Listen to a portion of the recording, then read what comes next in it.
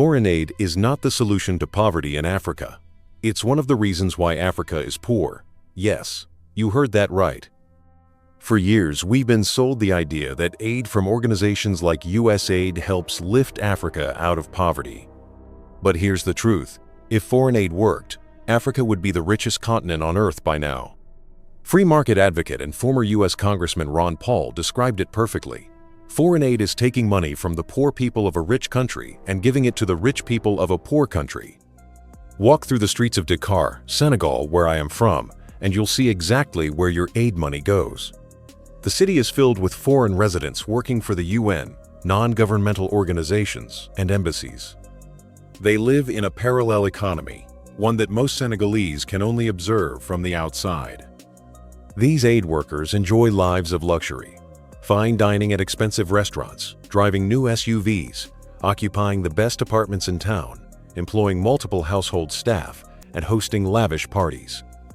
And, by the way, they receive hardship pay for the sacrifice of living in faraway places filled with malaria, tropical diseases, and tough climates.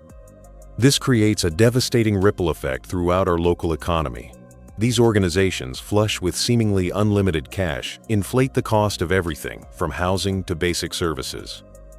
A local business owner like me has to compete with these inflated prices while running a real business with real constraints. But the damage goes deeper than just raising the cost of living. These organizations also poach our best and brightest talents with salaries that no local business can match. Instead of building new enterprises, innovating solutions, or creating economic value, our most capable people are diverted into bureaucratic jobs pushing papers and writing reports nobody will ever read. When I travel across Africa, I don't see sustainable prosperity created by aid programs. Instead, I see the destruction of local markets and the creation of dependency cycles. Consider what happens in our villages. When free mosquito nets arrive, local merchants who sell them go bankrupt. The same thing happens with shoes. Donated shoes flood local markets, making it impossible for local shoe manufacturers to compete.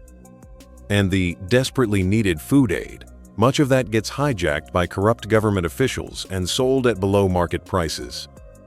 African farmers can't compete against this free food, so they stop farming and move into the already crowded cities. Local food-producing ecosystems are destroyed, which only worsens the hunger problem. To be clear, I'm not speaking about aid in response to an emergency like a natural disaster, but these disasters are rare. Development aid is an ever-flowing river of money and goods, and it's destroying a continent. Like all government-sponsored efforts, there is no accountability for the money spent. They measure success by money spent and goods distributed, not by actual economic development or the creation of profitable businesses. Even more frustrating is how this system creates a culture of dependency that diminishes Africans' dignity.